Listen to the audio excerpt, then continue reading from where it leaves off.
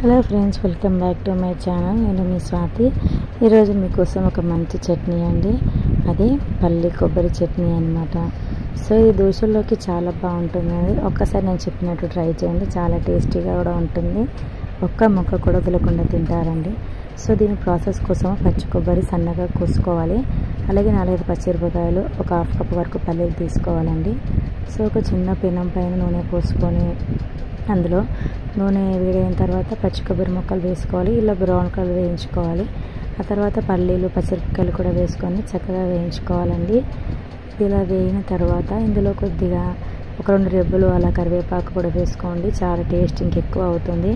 అలాగే హెల్త్ పరంగా కూడా మనకు కరివేపాకు చాలా మంచిది. సో ఇవన్నీ వేగిన తర్వాత మిక్సీ జార్లో వేసుకోవాలండి. సో మిక్సీ జార్లో వేసుకున్న తర్వాత మనకు ఇలా చక్కగా స్మూత్గా అవుతుందన్నమాట. మెత్తటి స్మూత్లా తయారవుతుంది. సో ఇందులో ఇప్పుడే సరిపడా ఉప్పు వేసేసుకొని కలిపేసుకోండి.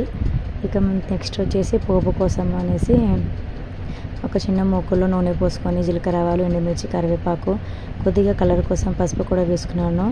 ఇవన్నీ వేగిన తర్వాత చక్కగా తీసేసుకొని ఈ చట్నీలో వేసుకొని కలిపేసుకోండి. అంతే అండి, ఎంతో టేస్టీగా ఉండే కొబ్బరి పల్లి చట్నీ రెడీ. దోశలోకి హ్యాపీగా తినచ్చు. నా చట్నీ నచ్చినట్లయితే వెంటనే సబ్స్క్రైబ్ చేయండి, అలాగే లైక్ చేయండి. Thank you friends, bye.